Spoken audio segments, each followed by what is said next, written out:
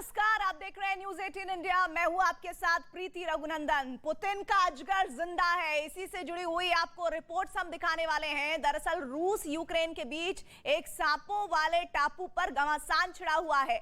रूस ने युद्ध के शुरुआती दौर में ही इस टापू पर कब्जा कर लिया। अब जेलेंस्की की सेना इस टापू पर फिर से कब्जे के लिए मिसाइलों की बारिश कर रही है। सवाल है कि क्या है इस जहरीले सांपों से भरे टापू पर, जिसके लिए रूस और यूक्रेन अपनी कीमती मिसाइलें बर्बाद कर रहे हैं। स्नेक आइलैंड से किसी भी देश को क्या हासिल होगा, जानने के लिए देखिए रिपोर्ट।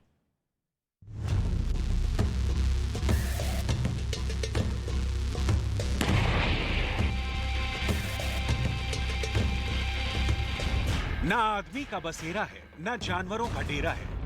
जंगल है जहां दुनिया के सबसे विषधर सांप हवा में उड़कर शिकार करते हैं। चारों ओर से काला सागर के खारे पानी से घिरा हुआ रिहाइश के मुताबिक ही नाम है स्नेक आइलैंड। यूक्रेन के सबसे बड़े बंदरगाह ओडेसा से 80 किलोमीटर दूर। 2014 से रूस का हिस्सा बने क्राइमिया से 270 किलोमीटर दूर। स्नेक आइलैंड 18 हेक्टेयर में फैला है। यह आइलैंड उत्तर पश्चिमी काला सागर में है। बहुत छोटा सा है स्नेक आइलैंड, लेकिन इसकी पोजीशनिंग आप समझेंगे तो एहसास होगा कि पुतिन इस पर कब्जा बरकरार रखने और जेलेंस्की इस पर आधिपत्य स्थापित करने के लिए कहां तक जा सकते हैं।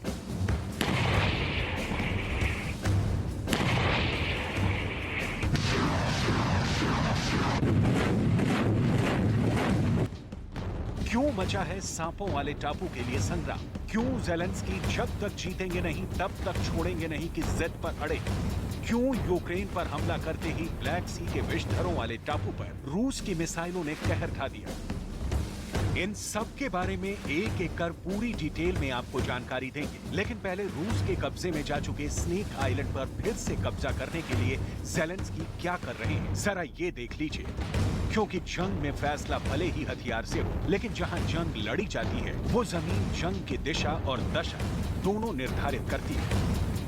यही वजह है कि इंसान विहीन सांप के टापू के लिए जेलेंस्की गोले बरसा रहे हैं। Su-25 bomber, Su-27 fighter jet, Mi-8 helicopter से रॉकेट फायर, टर्की से मिले ड्रोन TB2 से बारूद की बारिश।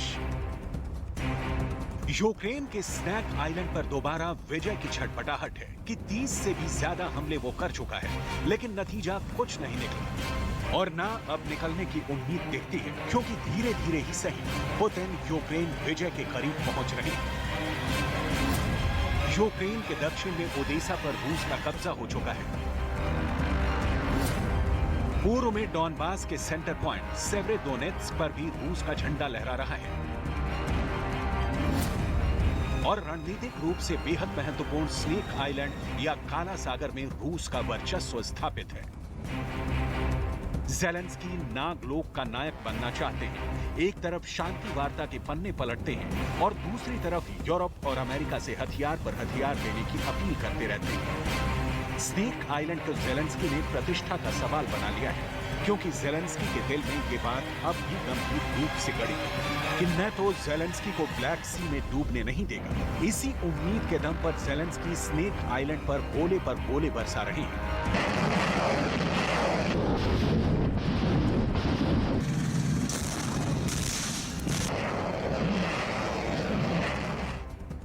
इतने दिनों के युद्ध में जब नेटो ने जेलेंस्की का जितना चाहिए साथ नहीं दिया, तो स्नेक आइलैंड पर कब्जे में नेटो यूक्रेन का साथ क्यों देगा? इसकी 3 बड़ी वजह है। पहली, नेटो ये चाहता है कि ब्लैक सी में रूस की स्थिति कमजोर।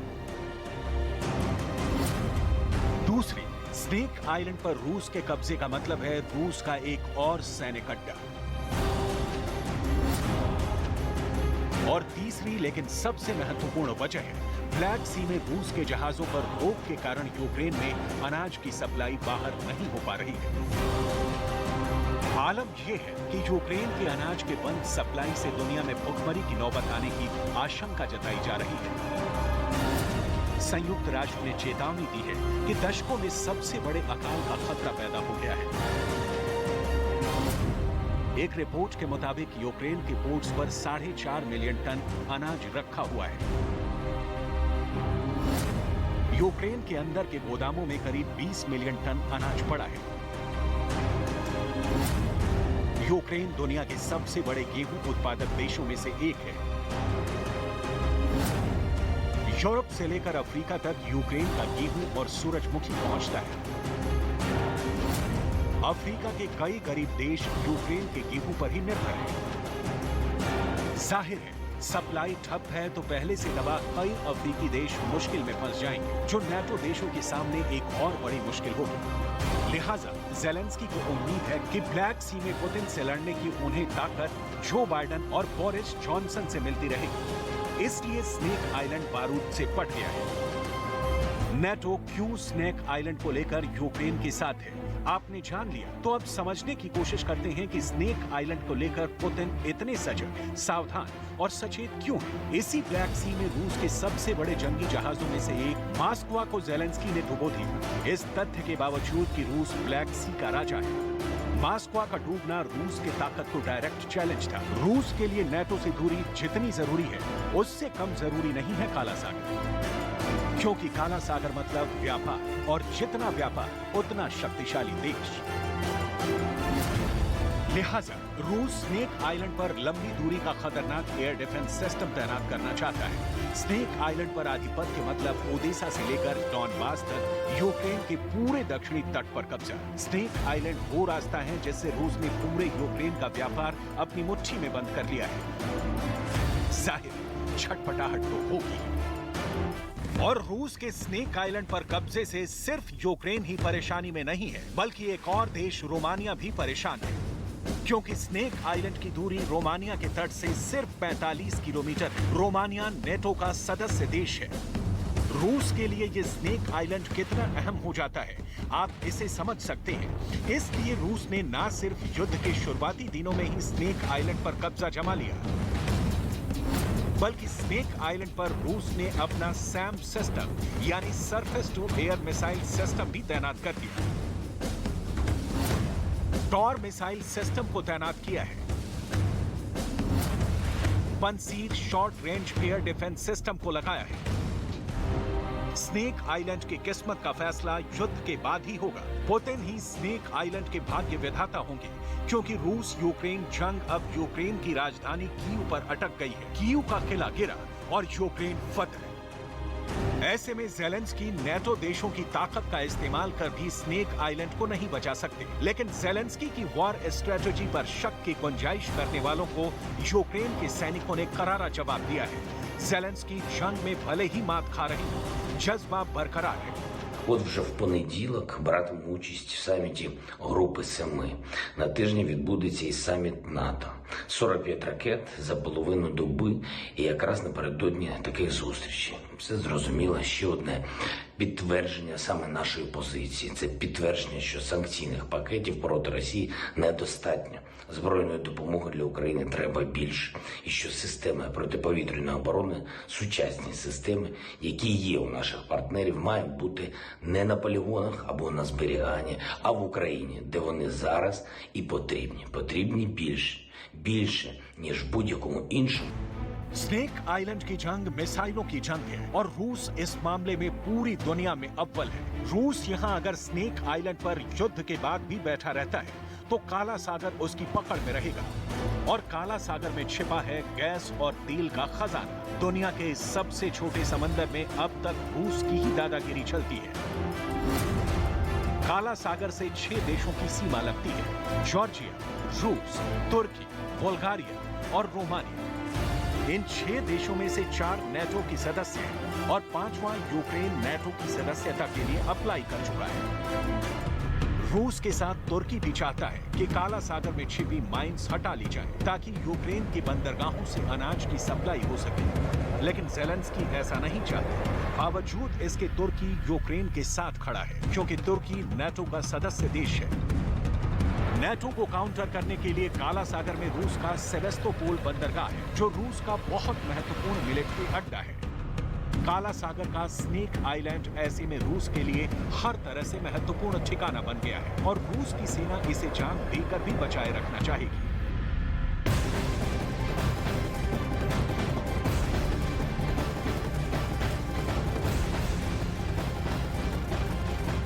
और इस वक्त एक बड़ी खबर आ रही है। यूक्रेन के राष्ट्रपति ज़ेलेंस्की वीडियो कॉन्फ्रेंसिंग के जरिए G7 समिट में शामिल हुए हैं और इस दौरान उनके निशाने पर रूसी राष्ट्रपति पुतिन रहे हैं। ज़ेलेंस्की ने इस दौरान अमेरिका समेत बैठक में शामिल महाशक्तियों से यूक्रेन को और सैन्य मदद देने की अपील की है। साथ ही रूस पर कड़े प्रतिबंध लगाने की मांग की है। रूस पर कड़े प्रतिबंध लगाए जाएं, ये मांग की गई है ज़ेलेंस्की की तरफ से, यूक्रेन के राष्ट्रपति की तरफ से। एक तरफ G7 की बैठक चल रही है तो दूसरी तरफ रूसी सेना कीव में कहर बनकर टूट रही है। पुतिन की सेना ने कीव में एक के बाद एक एयर स्ट्राइक की है और G7 की बैठक में जुटी महाशक्तियों को संदेश दिया है कि अब वो पीछे हटने वाले नहीं हैं।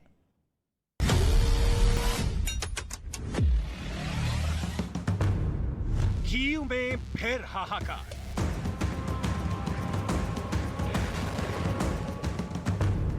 बीस दिन बाद कीव पर ताबड़तोड़ मिसाइल।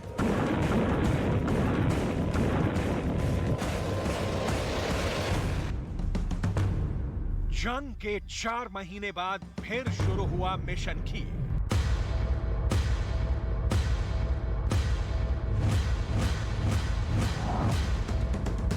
आखिर क्यों अचानक पुतिन ने दोबारा कीव पर अटैक लॉन्च कर दिया है?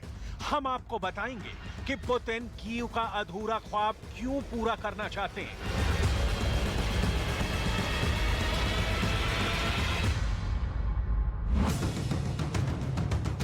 आखिर पुतिन ने G7 की समिट शुरू होने के वक्त ही क्यों कीव को अपना निशाना बनाया है?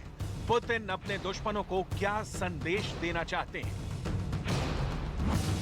कीव पर हमले के बाद ज़ेलेंस्की कैसे तड़प उठे हैं और ज़ेलेंस्की ने किन कारणों से हाइमार्स हॉस्पिटल रॉकेट लॉन्चर्स के फुटेज रिलीज करवाए हैं? खबर यह भी है कि पुतिन अपने कमांडर से बेहद नाराज हैं। क्या वजह है कि पुतिन ने अपने जनरल अलेक्जेंडर डार्निकोव को डिसमिस कर दिया है? ये सब आपको बताएंगे, लेकिन सबसे पहले बात करेंगे यूक्रेन और रूस की जंग से जुड़ी सबसे बड़ी खबर की, कीव पर हुए हमले की। रविवार की सुबह रूस के मिसाइल हमलों से कीव दहल उठा। पुतिन की आर्मी ने यूक्रेन की राजधानी कीव के अंदर 2 इमारतों पर भयंकर हमला किया। पुतिन ने 45 मिसाइल हमले करके कीव की इमारतों को आग की लपटों में झुलसा दिया। पुतिन ने 14 मिसाइल हमले करके कीव की इमारतों को आग की लपटों में झुलसा दिया। 5 जून के बाद पुतिन ने कीव को टारगेट नहीं किया था, लेकिन 20 दिन के बाद पुतिन ने अपनी मिसाइलों का रुख कीव की तरफ मोड़ दिया।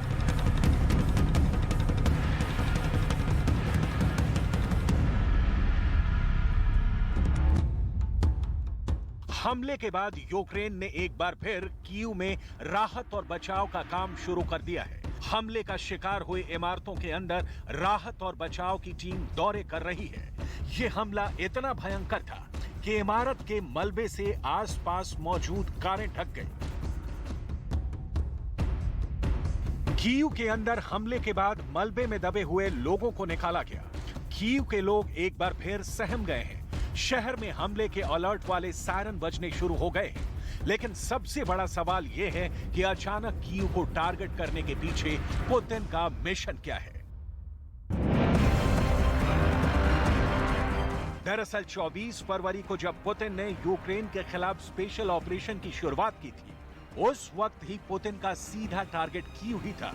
कीव के अंदर घुसने के लिए पुतिन ने अपनी टैंक आर्मी को पूरी ताकत दे दी थी, लेकिन कीव के बाहर ही यूक्रेन ने पुतिन की आर्मी को रोक दिया, क्योंकि यूक्रेन के सैनिकों ने कीव के अंदर आने वाले सैकड़ों पुल तोड़ डाले और फिर रूस को पीछे लौटने पर मजबूर कर दिया। इसके बाद पीछे लौट रही रूस की आर्मी पर भी ज़ेलेंस्की की आर्मी ने छापामार हमले किए, जिसमें रूस की आर्मी को और ज्यादा नुकसान हो गया।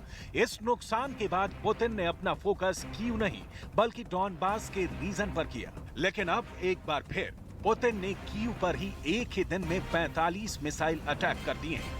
सबसे बड़ी बात यह है कि रूस के इन हमलों के बाद ज़ेलेंस्की ने कड़ी प्रतिक्रिया दी है और कहा है कि यूक्रेन रूस की मिसाइलों के दबाव में नहीं आने वाला है। Ще не просто руйнація нашої інфраструктури, це також і дуже цинічний, прорахований тиск на емоції наших людей. Але це не нас, а ми дотиснемо. Жодні російські ракети, жодні удари не здатні зламати дух українців, і кожна їхня ракета – це аргумент у наших переговорах з партнерами.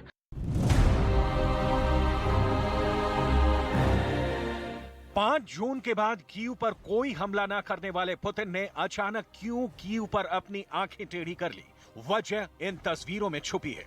जर्मनी के म्यूनिख में G7 की बैठक चल रही है।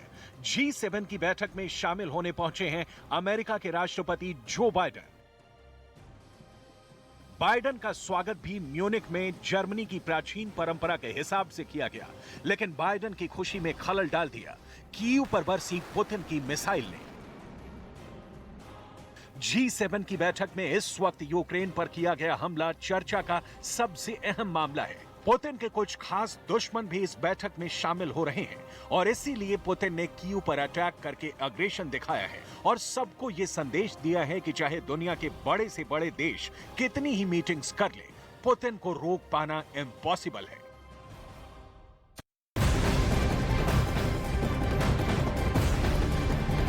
बड़ी खबर आ रही है कीव में पुतिन की सेना के एक्शन के बीच G7 समिट के दौरान ब्रिटेन के पीएम बोरिस जॉनसन और कनाडा के पीएम ने यूक्रेन को आर्थिक मदद देने का ऐलान किया और साथ ही दोनों ने एक वीडियो जारी किया है और रूसी सोने के आयात पर पाबंदी लगाने के लिए अमेरिका, कनाडा और जापान से हाथ मिलाया है। यूक्रेन को आर्थिक मदद के तौर पर यह बड़ी खबर कनाडा से सामने आ रही है और साथ ही साथ ये कहा जा रहा है कि 2 मुल्कों ने इस बात का ऐलान किया है जिसमें ब्रिटेन और कनाडा शामिल हैं।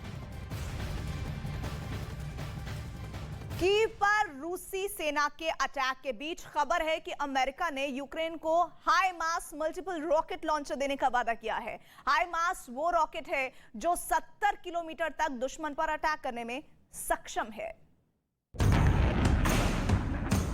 आगे आपको बताएंगे कि कैसे पुतिन ने अपनी पावर से यूरोप के बड़े बड़े लीडर्स को दबाव में ला दिया है, लेकिन पहले बात करेंगे उस हाइमर्स मिसाइल की जिसकी ताकत पर ज़ेलेंस्की इतरा रहे हैं। हाइमर्स अमेरिका का बनाया एक मल्टीपल रॉकेट लॉन्चर है। पहले आप इसकी ताकत देखिए, फिर आपको बताएंगे ज़ेलेंस्की ने कौन सी स्पेशल फुटेज रिलीज करवाई है।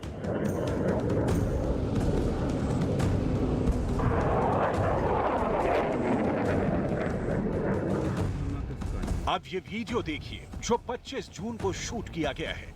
ये यूक्रेन की ही एक जगह है, लेकिन लोकेशन को गुप्त रखा गया है।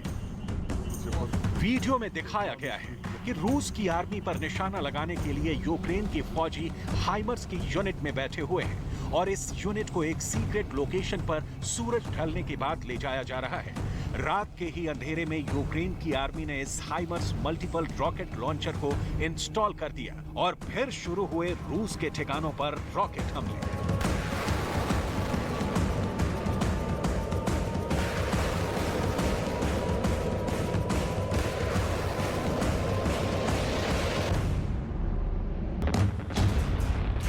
अमेरिका ने हाइमर्स में लगने वाले रॉकेट मीडियम रेंज के दिए हैं। बाइडेन ज़ेलेंस्की को 300 या 500 किलोमीटर तक मार करने वाले रॉकेट नहीं दे रहे, बल्कि वो हाइमर्स के वो रॉकेट देने पर राजी हुए हैं जो 70 किलोमीटर तक हमला कर सकते हैं।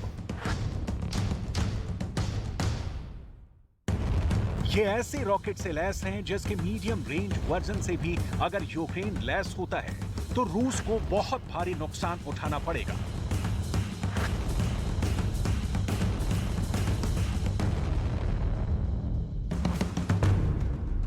पुतिन ने एक इंटरव्यू में जवाब दिया है जिसमें उनका एक एक शब्द नेटो को वार्निंग दे रहा है। हाइमर्स रॉकेट से रूस को कितना बड़ा खतरा होगा, इसे लेकर जब पुतिन से सवाल पूछा गया तो देखिए क्या जवाब मिला।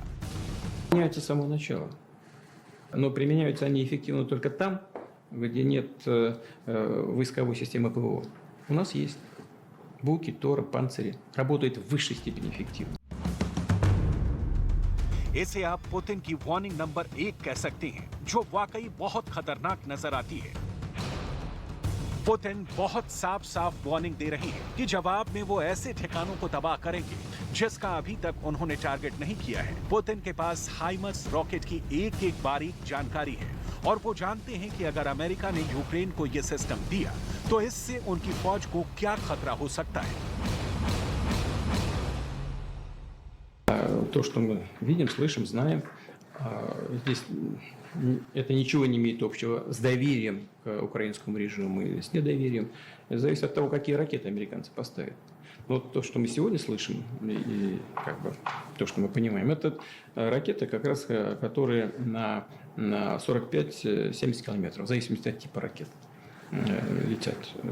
Значит, ну то же самое было с теми градами, ураганами, смерчами, о которых я сказал. Там тоже дальность 40-70 километров. Ничего нового нет. इस बीच बड़ी खबर आ रही है यूक्रेन जंग के दरमियान। जानकारी ये है कि अमेरिकी राष्ट्रपति बाइडेन यूक्रेन के लिए सतह से हवा में मार करने वाले एयर डिफेंस सिस्टम की खरीद को मंजूरी दे सकते हैं। दावा है कि साम्स नाम की इस मिसाइल रक्षा प्रणाली से करीब 170 किलोमीटर दूर तक टारगेट को निशाना बनाया जा सकता है। साथ ही जुलाई महीने के पहले हफ्ते में ही इसकी खरीद को मंजूरी दी जा सकती है। और यूक्रेन पर हमले की प्लानिंग से लेकर वॉरफेयर तक सब कुछ पुतिन अपनी मर्जी से कर रहे हैं। यहां तक कि पुतिन ने युद्ध में खराब प्रदर्शन करने वाले अपने एक और जनरल अलेक्जेंद्र कार्निदोव को बर्खास्त किया है।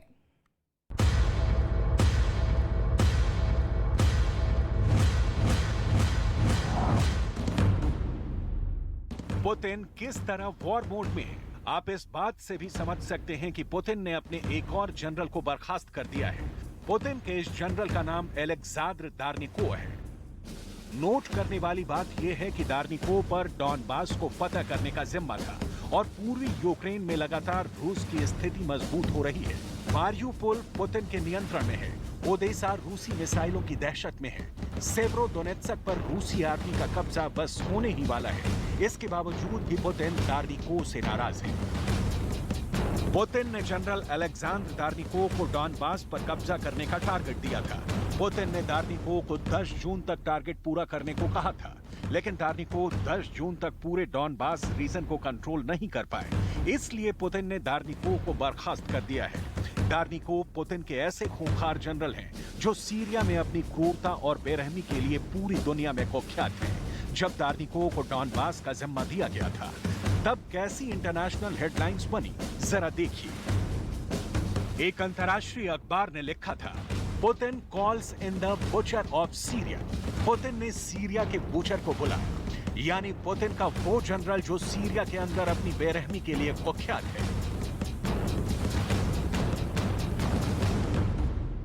पुतिन को अपने इस जनरल पर बहुत भरोसा था। सीरिया और कजाकिस्तान की लड़ाई में दार्निको पुतिन के भरोसे पर खरे भी उतरे थे, लेकिन यूक्रेन में दार्निको भी पुतिन की उम्मीदों पर खरा नहीं उतर सके। कुल मिलाकर पुतिन पूरे यूरोप और एशिया में लगातार अपनी उपस्थिति को मजबूत करते जा रहे हैं। यूरोप का कोई भी लीडर सीधे रूस से टकराना नहीं चाहता है। एस्टोनिया की पीएम काया कैलस तो पहले ही इस बात के लिए फ्रांस के राष्ट्रपति पर निशाना साध चुकी हैं कि इमैनुअल मैक्रो बार-बार पुतिन को फोन क्यों करते हैं। मैक्रो सीधे रूस से टकराना नहीं चाहते हैं, ये बात साफ हो चुकी है। ब्रिटेन के प्रधानमंत्री बोरिस जॉनसन अपने देश की अंदरूनी कलह में ज्यादा उलझे हुए हैं। जर्मनी और इटली के शासनाध्यक्ष भी पुतिन पर कोई खास दबाव बनाने में विफल हुए हैं। अगर देखा जाए तो यूरोप में पुतिन का दबदबा साफ नजर आता है। ऐसे में एकमात्र काया कैलस ही है जो पुतिन को सीधा जवाब दे रही है। I still think that the effect should be felt by the Russian population as well, because if you look, the support for Putin is very high, and also not even Putin, but also for the war crimes. They are inciting genocide, and the soldiers are following this. They are bragging about this to their wives and to their mothers. And if the wives and mothers say that this is okay what you're doing there, I mean, this is also the war that the Russia and Russian people are holding up in Ukraine. यही नहीं, अब एक और खुलासे ने Europe में हड़कंप मचा दिया है। खबर ये है कि यूक्रेन पर हमला करने से 3 दिन पहले यानी 20 फरवरी को पुतिन और इमैनुअल मैक्रों के बीच एक सीक्रेट बातचीत फोन पर हुई थी। क्या इस बातचीत में ही कोई आपसी समझौता हो गया था? क्या पुतिन ने युद्ध शुरू करने से पहले इमैनुअल को भरोसे में लिया था?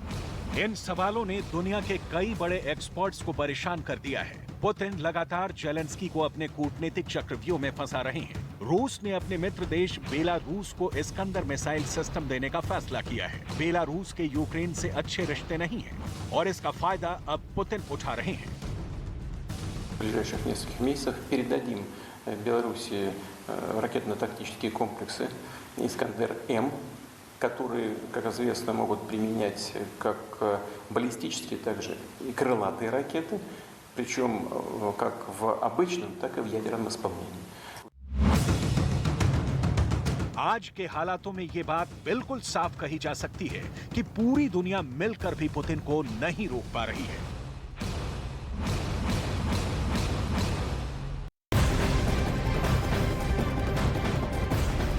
इस बीच बड़ी खबर आ रही है G7 की बैठक में यूक्रेन के मुद्दे पर तो चर्चा हुई और इस दौरान चर्चा भी हुई है। डिटेल्स में जो बात आ रही है सामने कि रूस के राष्ट्रपति पुतिन के फोटो इस दरमियान चर्चा का विषय रही है। दरअसल जब G7 के नेताओं ने उनकी तस्वीर का मजाक उड़ाया, इस तस्वीर में पुतिन बिना शर्ट के घोड़े पर सवार दिख रहे हैं। ये फोटो पुरानी है लेकिन यूक्रेन से जंग के बीच चर्चा का विषय जरूर बनी हुई है। राष्ट्रपति पुतिन यूक्रेन जंग के दौरान एक ऐसा ऐलान कर चुके हैं जो अमेरिका समेत पूरे यूरोप के लिए किसी खतरे के अलार्म से कम नहीं है। पुतिन के इस ऐलान को डिकोड करने वाले रक्षा विशेषज्ञों का कहना है कि पुतिन ने नेटो के खिलाफ अपनी मोर्चाबंदी पूरी कर ली है।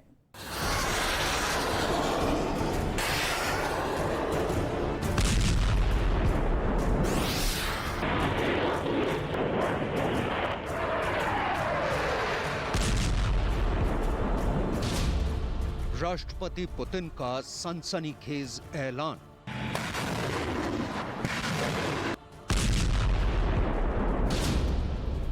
G7 सम्मेलन के ठीक पहले किया ऐलान।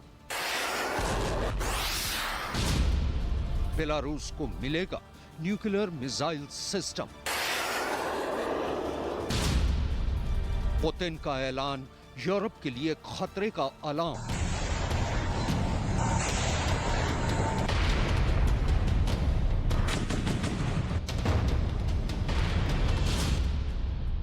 रूस और यूक्रेन में जारी जंग को 122 दिन हो चुके हैं, लेकिन अब इस जंग के खत्म होने के आसार भी धीरे धीरे कम होते जा रहे हैं। इसकी एक बड़ी वजह है अमेरिका समेत यूरोपीय यूनियन और नेटो देशों के यूक्रेन को हथियार सप्लाई करते रहना।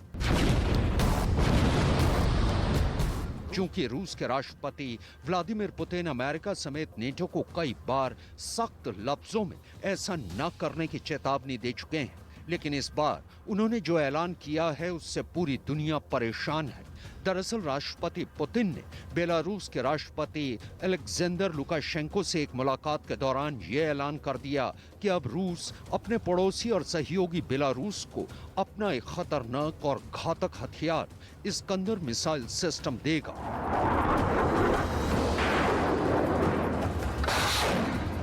В ближайших нескольких месяцах передадим Беларуси ракетно-тактические комплексы «Искандер-М», которые, как известно, могут применять как баллистические, также и крылатые ракеты, причем как в обычном, так и в ядерном. राष्ट्रपति पुतिन ने यह ऐलान 25 जून को सेंट पीटर्सबर्ग में उनकी और बेलारूस के राष्ट्रपति अलेक्जेंडर लुकाशेंको के बीच हुई एक मुलाकात के दौरान किया। राष्ट्रपति पुतिन के ऐलान के मुताबिक रूस आने वाले महीनों में बेलारूस को Iskander M tactical missile system देने वाला है। ये बैलिस्टिक और क्रूज दोनों तरह की मिसाइलें छोड़ सकता है। इसके जरिए कन्वेंशनल और परमाणु दोनों तरह के हथियार दागे जा सकते हैं।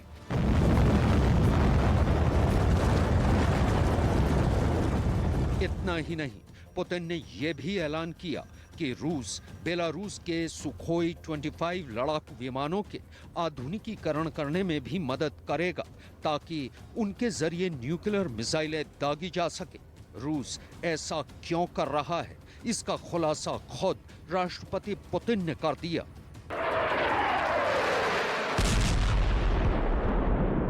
У американцев хранится 200 ядерных тактических боезапасов, в основном это атомные бомбы, 200, в 6 европейских странах, членов Североатлантического блока НАТО. И для их возможного применения подготовлено 257 самолетов, и не только. रूस के राष्ट्रपति व्लादिमीर पुतिन का ये बयान भी चौंकाने वाला है, क्योंकि वो जानते हैं कि अमेरिका ने नेटो के 5 देशों में कहां-कहां और कितने परमाणु हथियार छिपा रखे हैं। रूसी मीडिया के मुताबिक अमेरिका ने यूरोप के 5 देशों मसलन Belgium, Germany, the Netherlands, Italy और तुर्की में अपने सैन्य ठिकानों पर परमाणु बम छिपा कर रखे हुए हैं। एक अनुमान के मुताबिक अमेरिका ने बेल्जियम, जर्मनी और द नीदरलैंड्स में 20-20 न्यूक्लियर वेपन रखे हैं। इटली में अमेरिकी सेना के 2 सैन्य ठिकानों में 70 परमाणु बम रखे हुए हैं। तुर्की में अमेरिकी आर्मी बेस पर 50 परमाणु बम रखे हुए हैं।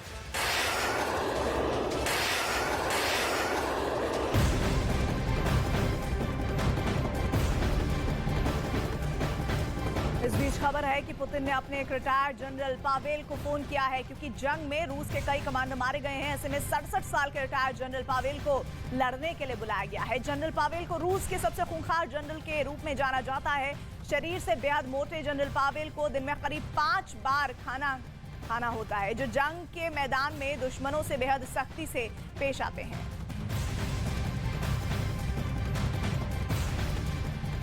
रूस के राष्ट्रपति पुतिन ने जंग के बीच बहुत बड़ा फैसला किया है। वो बेलारूस को अपने सबसे घातक हथियारों में से एक इस्कंदर एम मिसाइल सिस्टम देने पर राजी हो गए हैं। इस फैसले का मतलब साफ है कि पुतिन न्यूक्लियर वॉर के लिए भी तैयार हैं।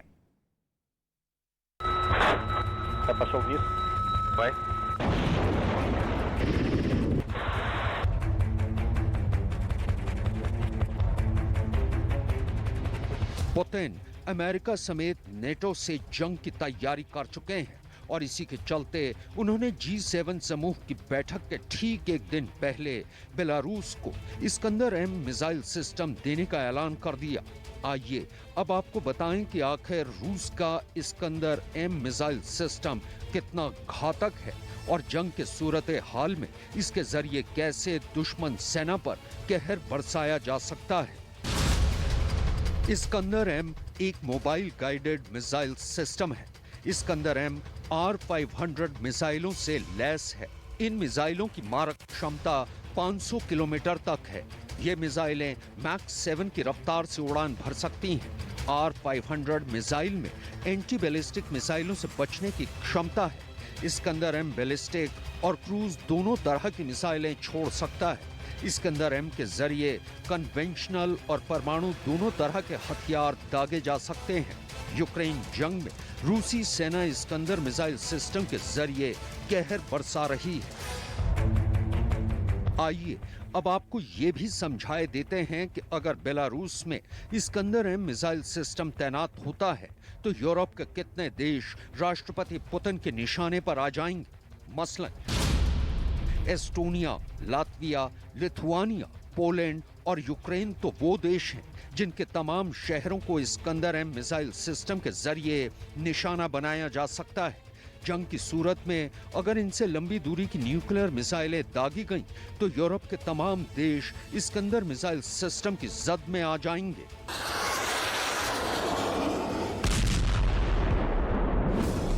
बेलारूस में इस्कंदर एम मिसाइल सिस्टम पूरे यूरोप के लिए खतरे की घंटी है, क्योंकि राष्ट्रपति पुतिन ने अपने इस ऐलान के साथ कई निशाने साधे हैं। रक्षा विशेषज्ञों का मानना है कि रूस के राष्ट्रपति व्लादिमीर पुतिन बेलारूस में इस्कंदर मिसाइल सिस्टम की तैनाती के जरिए नेटो के खिलाफ अपनी मोर्चाबंदी की शुरुआत कर चुके हैं।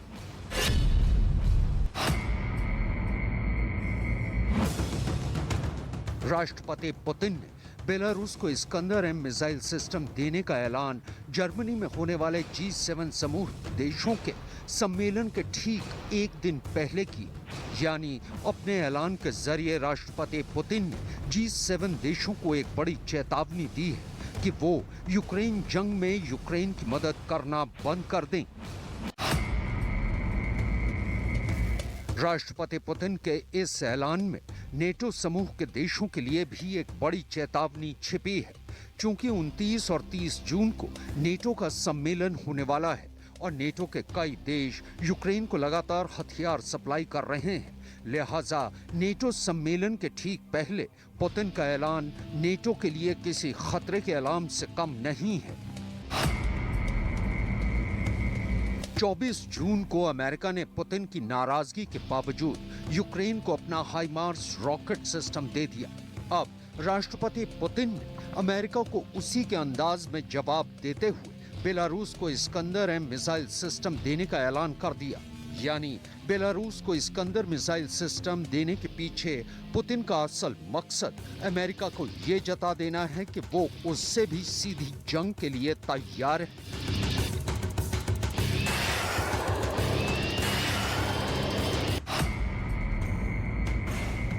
नेटो के सदस्य देश पोलैंड और लिथुआनिया के बीच के इलाके कलिनिनग्राद में रूस ने इस्कंदर मिसाइल सिस्टम पहले से ही तैनात कर रखा है। चूंकि कलिनिनग्राद रूस की सरहद से जुड़ा हुआ नहीं है, लिहाजा रूस कलिनिनग्राद तक जाने के लिए लिथुआनिया की जमीन का इस्तेमाल करता है। हाल ही में लिथुआनिया ने कलिनिनग्राद तक जाने के लिए रूस पर अपने देश की जमीन का इस्तेमाल करने पर प्रतिबंध लगा दिया था। लिहाजा रूस ने लिथुआनिया को भी ये चेतावनी दे डाली है कि वो अपने फैसले पर अच्छी तरह से सोच ले। यानी रूस और नेटो के बीच जंग शुरू होने के लिए लिथुआनिया एक फ्लैश पॉइंट बन सकता है।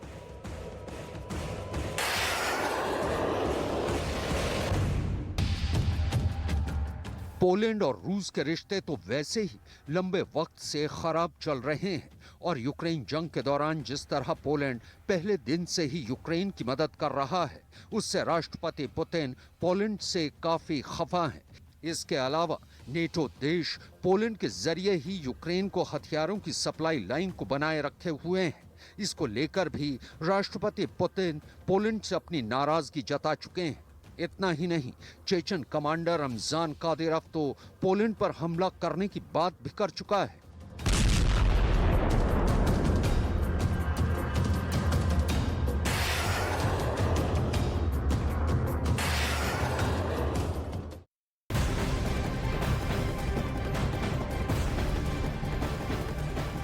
उधर यूक्रेन के सैनिक भी लगातार अपनी जमीन को बचाने के लिए रूसी सेना को निशाना बना रहे हैं, उन्हें चोट पहुंचा रहे हैं। यूक्रेन के रक्षा मंत्रालय ने एक वीडियो जारी किया है जिसमें रूस की एक बख्तरबंद गाड़ी और टैंक पर हमला किया गया है। हमले के बाद रूसी सेना के जवान जान बचाने के लिए इधर उधर भागते दिखाई दिए हैं। यूक्रेन के जोरदार अटैक में रूस के कई सैनिकों के घायल होने की खबर है।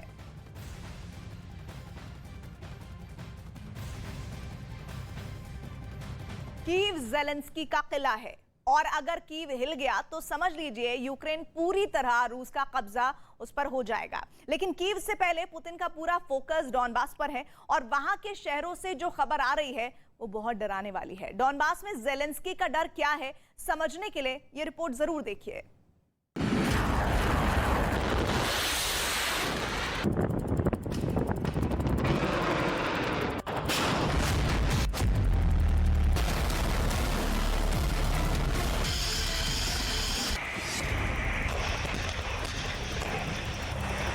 ऐसी बमबारी 24 घंटे और 7 दिन हो रही है।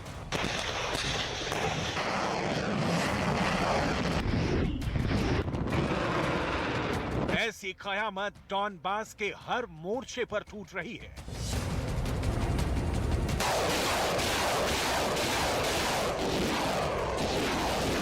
ऐसा कहर बरपा हुआ है कि ज़ेलेंस्की की फौज सर पर पैर रखकर भाग रही है।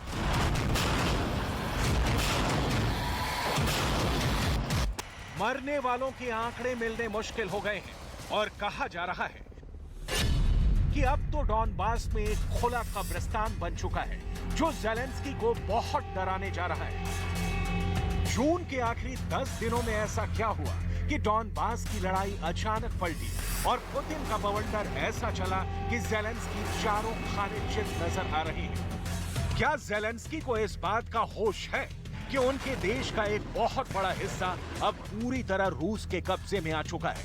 क्या ज़ेलेंस्की ने अखबार पढ़ने भी बंद कर दिए हैं, या वो इंटरनेट पर भी खबरें अब नहीं देख रहे, या देखना नहीं चाहते?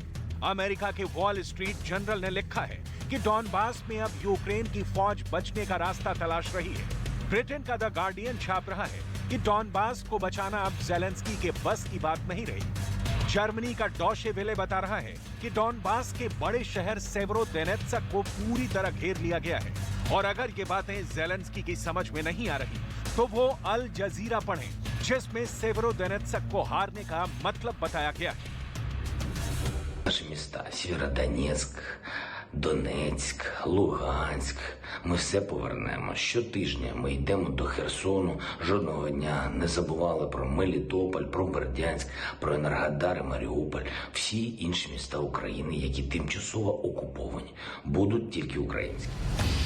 ज़ेलेंस्की 24 फरवरी के बाद से सेल्फी वाले कई वीडियो बना चुके हैं। कीव से लेकर मारियुपोल और खार्किव से लेकर सेवेरोडोनेत्स्क में भारी बमबारी के बीच उनकी स्टेटमेंट दुनिया लगातार देखती रही, चाहे रात हो या दिन। ज़ेलेंस्की के बयान शुरू में बड़ी खबर बनते रहे, लेकिन फिर अचानक उनकी अहमियत खत्म होती चली गई, क्योंकि ना तो मारियुपोल बचा, जहां ज़ेलेंस्की की फौज उनके आखिरी आश्वासन और हौसला बुलंद करने वाले भाषणों को देखकर लड़ती रही। खेरसोन पर भी कब्जा हुआ। लुहांस्क और डोनेत्स्क पर भी पहले ही कंट्रोल खोने के साथ अब वो डॉनबास का एक बहुत बड़ा इलाका हारने की कगार पर है। अब रूस की फौज डॉनबास पर पूरी तरह हावी है। अब पुतिन ने हर मोर्चे को अपने कब्जे में लेने की पूरी तैयारी की हुई है।